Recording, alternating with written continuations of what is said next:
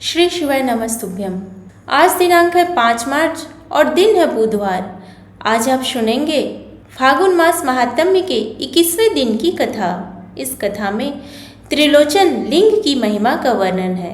अस्कंद जी कहते हैं, हे मुने, महादेव जी ने त्रिविष्टम लिंग की उत्पत्ति के विषय में जो श्रम हारणी कथा कही है उसे सुनाता हूँ, सुनो। महादेव जी बोले, पार्वती, पृथ्वी पर यह आनंद वन सबसे श्रेष्ठ है। इसमें भी सब तीर्थ श्रेष्ठ है। तीर्थों में भी ओंकारेश्वर की भूमि श्रेष्ठ है। मुक्ति का मार्ग प्रकाशित करने वाले ओंकारेश्वर लिंग से भी अत्यंत श्रेष्ठ कल्याण स्वरूप त्रिलोचन लिंग है। जैसे तेजस्वियों में सूर्य और दर्शनीय वस्तुओं में चंद्रमा श्रेष्ठ है, उसी प्रकार समस्त लिंगों में त्रिलोचन लिंग श्रेष्ठ है। जो महाबुद्धिमान मनुष्य काशी में त्रिलोचन लिंग की पूजा करते हैं, वे मेरी प्रीति चाहने वाले त्रिलोक निवासियों के द्वारा पूजनीय हैं। गिरिराज नंदिनी, यद्यपि ओंकार आदि सभी मुख्य लिंग समस्त पापों का नाश करने वाले हैं, परंतु भगवान त्रिलोचन की शक्ति कुछ और ही है। प्रिय, पूर्व काल में जब मैं योग युक्त होकर बैठा था, उस समय यह महान लिंग 7 पातालों का भेदन करके भूतल से मेरे सामने प्रकट हुआ था। यह त्रिलोचन लिंग ज्ञान दृष्टि देने वाला बताया गया है। जो भगवान त्रिलोचन के भक्त हैं, वे सभी त्रिलोचन स्वरूप हैं, मेरे पार्षद हैं और जीवन मुक्त हैं। वैशाख शुक्ल तृतीया को पिलपिला कुंड में स्नान करके, जो भक्ति पूर्वक उपवास करके रात्रि में जागरण और त्रिलोचन की पूजा करते हैं, फिर प्रातःकाल वहीं स्नान करके त्रिलोचन लिंग की पूजा करके पितरों के उद्देश्य से अन्न और दक्षिणा सहित धर्म घट दान करते हैं। तत्पश्चात शिव भक्तों के साथ बैठकर पारण करते हैं। वे इस पार्थिव शरीर का त्याग करके पुण्य से प्रेरित हो निश्चय ही मेरे आगे चलने वाले पार्षद होते हैं। अस्कंद जी कहते हैं, हे मुने, प्राचीन रथंतर कल्प की बात है। भगवान त्रिलोचन के माणिक के निर्मित मंदिर में कभी कबूतरों का एक जोड़ा निवास करता था। वे दोनों कबूतर प्रतिदिन प्रातः, मध्या और सायंकाल में मंदिर की परिक्रमा करते हुए सब ओर उड़ते और अपने पंखों की हवा से मंदिर में लगी हुई धूल को दूर किया करते थे। भक्त लोग जो सदा त्रिलोचन और त्रिविष्टम आदि नामों का उच्चारण करते, वह सब उनके कानों में पड़ा रहता था। उन दोनों पक्षियों के नेत्रों में मंगल आरती की दिव्य ज्योति पड़कर उन्हें भक्तजनों की चेष्टाएं दिखाती थी। कभी कभी तो वे युगल पक्षी वहां का कौतिक देखते हुए चारा चुगने की भी चिंता छोड़ देते और स्थिर चित्त से वहीं ठहर कर दर्शन करते थे। वहां से उड़कर किसी अभिष्ट स्थान को नहीं जा पाते थे। भक्तजनों से भरे हुए उस मंदिर के चारों ओर बिखरे चावल के दानों को चुगते चुगते वे परिक्रमा किया करते थे। भगवान त्रिलोचन के दक्षिण भाग में चतुस्रोतस्विनी का सुंदर जल था। तृषा से आतुर होने पर वे उसी का जल पीते और कभी कभी उसमें स्नान भी कर लेते थे। इस प्रकार त्रिलोचन के समीप उत्तम चेष्टा के साथ विचरते हुए उन पक्षियों के बहुत वर्ष बीत गए। तदंतर देव मंदिर के स्कंद भाग में गवाक्ष के भीतर सुखपूर्वक बैठे हुए उन दोनों पक्षियों को एक बाज ने बड़ी क्रूर दृष्टि से देखा। एक दिन वह बाज फिर आया, तब डरी हुई कबूतर ने कहा, प्रियतम, यह स्थान दुष्ट की दृष्टि से दूषित हो गया है, अतः इसको त्याग देना चाहिए। यह सुनकर कबूतर ने अवहेलना पूर्वक कहा, हे प्रिय, वह मेरा क्या कर लेगा। कबूतरी बोली, जो उपद्रव आने पर भी अपने स्थान को छोड़कर अन्यत्र नहीं चला जाता, वह पंगु नदी के किनारे के वृक्ष की भांति नाश को प्राप्त होता है। हे नाथ, जब तक यह काल रूपी बाज हम लोगों से बहुत दूर है, तभी तक तुम मुझे त्याग कर भी दूर चले जाओ, क्योंकि तुम्हारे जीवित रहने पर इस भूतल में कुछ भी दुर्लभ नहीं होगा। तुम्हें पुनः स्त्री, मित्र, धन और गृह प्राप्त हो जाएगा। यदि पुरुष ने स्त्री और धन के द्वारा भी अपने आप की रक्षा कर ली तो राजा हरिश्चंद्र की भांति उसे इस लोक में सब कुछ मिल जाता है। यह आत्मा ही प्रिय बंधु है और यह आत्मा ही महान धन है। धर्म, अर्थ, काम और मोक्ष का उपार्जन करने वाला भी यह आत्मा ही है। जब तक आत्मा में क्षेम है तभी तक त्रिलोकी में क्षेम है, किंतु उत्तम बुद्धि से युक्त पुरुष उस क्षेम को भी यश के साथ प्राप्त करना चाहते हैं। जिस क्षेम में सुयश का अभाव है उससे तो मृत्यु ही अच्छी है। पुरुष जब नीति के मार्ग पर चलता है तभी उसे यश की प्राप्ति होती है। अतः हे नाथ, इस नीति के मार्ग का श्रवण करके इस स्थान से अन्यत्र चले जाइए। उत्तम बुद्धि वाली अपनी स्त्री कपोती के ऐसा कहने पर भी कबूतर उस स्थान से नहीं निकला। तब प्रातःकाल आकर उस बलवान बाज ने कपोत के निकलने के मार्ग को रोक लिया और उससे कहा, कपोत, तुझे धिक्कार है, तुझ में जो जरा भी पौरुष नहीं है। अरे दुर्बुद्धि, या तो युद्ध कर या मेरी बात मानकर यहाँ से निकल भाग। यदि भूख से क्षीण होकर तू यहाँ प्राण देगा तो तुझे पीछे निश्चय ही नरक में जाना पड़ेगा। उत्तम बुद्धि वाले मनुष्य पुरुषार्थ का आश्रय लेकर संकट से मुक्त होने के लिए प्रयत्न करते हैं। इस प्रकार बाज के फटकारने और पत्नी के उत्साह दिलाने पर कबूतर अपने दुर्ग के द्वार पर आकर उस बाज से युद्ध करने लगा। बेचारा भूख प्यास से पीड़ित था, अतः बलवान बाज ने उसे पंजों से पकड़ लिया और कबूतरी को भी चोंच में दबा लिया। इस प्रकार उन दोनों को पकड़कर बाज शीघ्र ही आकाश में उड़ गया। तब कबूतरी ने कहा, हे नाथ, यह स्त्री है, ऐसा समझकर तुमने मेरी बातों की उपेक्षा की, इसी से आज इस अवस्था को प्राप्त हुए हो। क्या करूं, मैं अबला हूँ, परंतु अब भी मैं तुम्हारे हित की बात कहती हूँ। तुम बिना विचारे ही उसका पालन करो। जब तक मैं इसकी चोंच में पड़ी हूँ और जब तक यह पृथ्वी पर पहुंचकर स्वस्थ नहीं हो जाता है तब तक ही तुम अपने को इसके चंगुल से छुड़ाने के लिए इस शत्रु के पंजे में चोंच मारो। पत्नी की यह बात सुनकर कबूतर ने वैसा ही किया। फिर तो पैर में पीड़ा होने से बाज बहुत देर तक ची ची करता रहा। इतने में ही कपोती उसके मुख से छूटकर उड़ गई।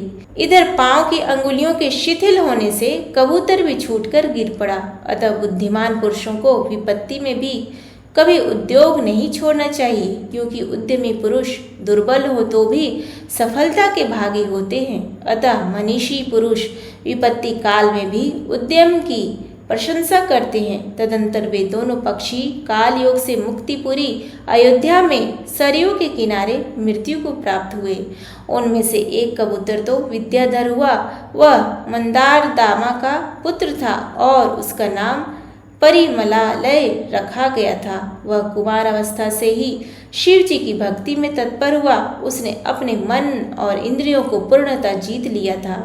भगवान त्रिलोचन की शरण लेने से पूर्व जन्म के अभ्यासवश उसने यह नियम कर लिया कि जब तक शरीर स्वस्थ है तब तक इंद्रियों में शिथिलता नहीं आ जाती। तब तक काशी में भगवान त्रिलोचन की पूजा किए बिना मैं थोड़ा भी भोजन नहीं करूँगा। ऐसी प्रतिज्ञा लेकर वह परिमलालय प्रतिदिन काशी में त्रिलोचन का दर्शन करने के लिए आता था।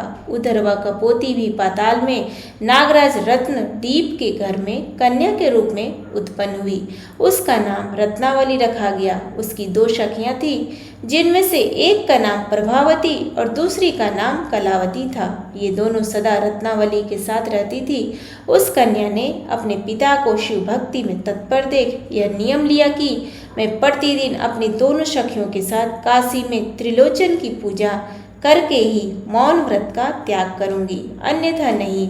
इस प्रकार वह नाग कन्या अपनी दोनों सखियों के साथ प्रतिदिन काशी में आती और त्रिलोचन की पूजा करके लौट जाती थी। एक समय वैशाख मास की तृतीया को उपवास पूर्वक रात्रि में नृत्य, गीत और कथा आदि के द्वारा जागरण करके रत्नावली ने प्रातःकाल चतुर्थी को शुभ पिलपिला तीर्थ में स्नान किया और त्रिलोचन देव की पूजा करके उन्हीं के रंग मंडप में सो गई। उस समय शुद्ध कर्पूर के समान कोरे अंगों वाले जटा मुकुट मंडित शशिभूषण भगवान त्रिलोचन उस लिंग से निकलकर बोले, कन्याओं, तुम सब लोग उठो। तब उन्होंने उठकर, जिनके आगमन की कोई संभावना नहीं थी, उन भगवान त्रिलोचन को प्रत्यक्ष देखा और उन्हें लक्षणों से ईश्वर जानकर उनके चरणों में वंदना की। भगवत दर्शन से उन कुमारियों के मुख पर प्रसन्नता छा गई और वे गदगद कंठ से भगवान शिव की स्तुति करने लगी।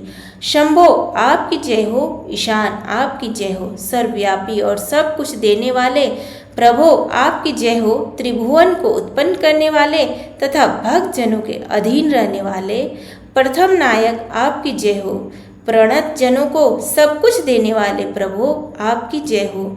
सब विधियों के ज्ञाता विधाता भी आपकी स्तुति करने में कुशल नहीं है। हे नाथ, आपकी स्तुति करने में बृहस्पति की भी वाणी कुंठित हो जाती है। हे सर्वज्ञ स्वामीन, वेद भी आपको यथार्थ रूप से नहीं जानते। आप अनादि और अनंत हैं, मन आपको मनन नहीं कर सकता।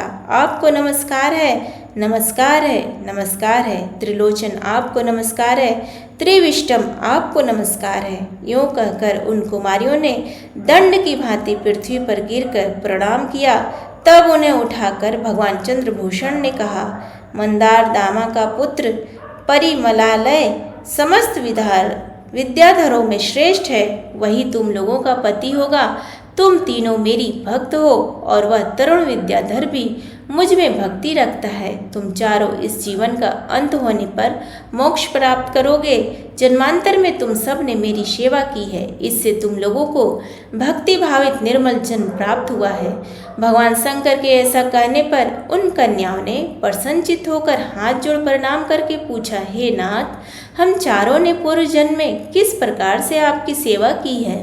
भगवान शिव बोले, नाग कन्याओं सुनो, यह रत्नावली पूर्व जन्म में कपोती थी और श्रेष्ठ विद्याधर इसका पति कपोत था। यही मेरे मंदिर में इन दोनों ने दीर्घ काल तक सुखपूर्वक निवास किया है। इन्होंने अपने पंखों की हवा से मेरे मंदिर में लगी हुई धूल को उड़ाकर साफ किया है। ऊपर से लेकर नीचे तक प्रतिदिन अनेक बार मेरी परिक्रमाएं की है।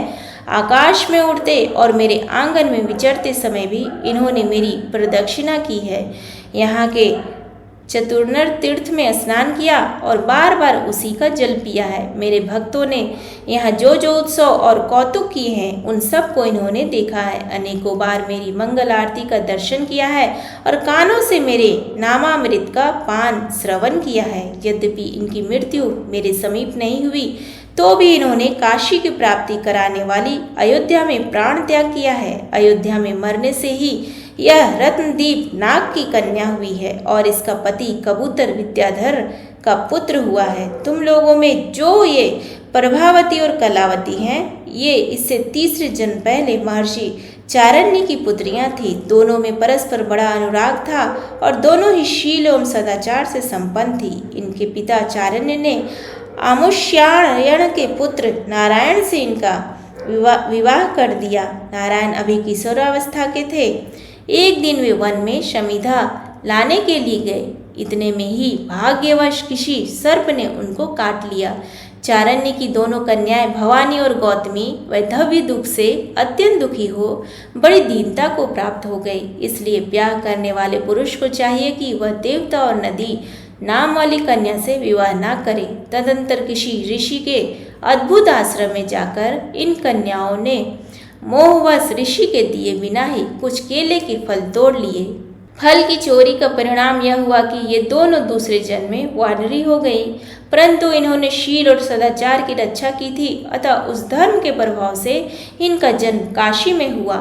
वे नारायण ब्राह्मण सर्प से डसे जाने पर भी अपने पिता की सेवा रूप व्रत की प्रभाव से काशी में कबूतर हुए। इस प्रकार यह विद्याधर युवक जन्मांतर में इन दोनों का भी पति रह चुका है और इस समय भी तुम तीनों का पति होगा। इस मंदिर के पार्श्व भाग में जो बहुत बड़ा बरगद का वृक्ष है, उसी पर वे दोनों वानरियां रहती थी। वे चतुर स्तोत्र तीर्थ में जल क्रीड़ा पूर्वक स्नान करती और प्यास लगने पर उसी का जल पीती थी। वानर जाति के स्वभाव से इनमें चपलता तो थी ही, सब और क्रीड़ा करती हुई मंदिर की परिक्रमा करती और अनेक बार बहुत से शिवलिंगों का दर्शन करती थी। एक दिन इस वट वृक्ष के समीप स्वेच्छापूर्वक विचरती हुई दोनों वानरियों को किसी ने फंसाकर रस्सी में बांध लिया। तदंतर किसी समय कालवश उनकी मृत्यु हो गई। काशी निवास जनित पुण्य और भगवान त्रिलोचन की सेवा एवं प्रदक्षिणा आदि के पुण्य से वे दोनों नागकुमारियां हुई। अब तुम तीनों ही विद्याधर कुमार परिमलालय को पति रूप में प्राप्त करके स्वर्गीय भोगों का उपभोग करोगी और अंत में काशी में आकर यही मृत्यु को प्राप्त हो मुक्ति को प्राप्त होगी। काशी में आकर यदि थोड़ी भी शुभ कर्म किया हो तो मेरे अनुग्रह से उसका फल निश्चय ही मोक्ष होता है। तीनों लोकों में काशीपुरी सबसे श्रेष्ठ है। काशी में भी ओंकारेश्वर लिंग सबसे श्रेष्ठ है। ओंकारेश्वर से भी श्रेष्ठ त्रिलोचन लिंग है। इसमें सदा ही स्थित होकर मैं अपने भक्तों को मोक्ष प्रदान करता हूँ। अतः काशी में सर्वथा प्रयत्न करके भगवान त्रिलोचन की पूजा करनी चाहिए। ऐसा कहकर देव देवेश्वर भगवान शिव मंदिर के भीतर चले गए। वे कन्याएं भी अपने अपने घर गईं और वहां माता के आगे सब बातें बताकर कृत्य सी हो गई। तदंतर एक दिन वैशाख मास में महायात्रा का समय आया। उसमें विद्याधर और नाग त्रिलोचन महादेव के समीप विरज महाक्षेत्र में एकत्र हुए। फिर भगवान के वरदान से परस्पर कुल का परिचय पूछकर उन नागों ने अपनी तीनों कन्याओं को विद्याधर कुमार परिमलाल के साथ विवाह कर दिया। इस विवाह से तीनों पुत्र वधुओं को पाकर विद्याधर राज मंदारदामा बहुत प्रसन्न हुए। इधर नागराज रत्नदीप, भुजंगराज पद्दी और फणींद्र त्रिशिख भी परिमलालय को जामात के रूप में पाकर परम संतुष्ट हुए। इस विवाहोत्सव को संपन्न करके सभी स्वजन भगवान त्रिलोचन लिंग के गौरव का वर्णन करते हुए अपने अपने लोक को चले गए। श्रीमान विद्याधर परिमलालय उन नाग कन्याओं के साथ पर्याप्त सुख भोगने के पश्चात काशी में आकर भगवान त्रिलोचन की सेवा में संलग्न हुए और वहां मधुर गीत गाते हुए पत्नियों सहित त्रिलोचन लिंग में लय को प्राप्त हो गए। अस्कंद जी कहते हैं, कलयुग में भगवान त्रिलोचन की महिमा महादेव जी ने गुप्त रखी है, इसलिए जिनमें सात्विक भाव की कमी है ऐसे मनुष्य उस शिवलिंग की उपासना नहीं करते हैं। तो ये थी आज का वृत्तांत। आगे की कथा सुनने के लिए हमारे YouTube चैनल पर बने रहें। तब तक के लिए हर हर महादेव।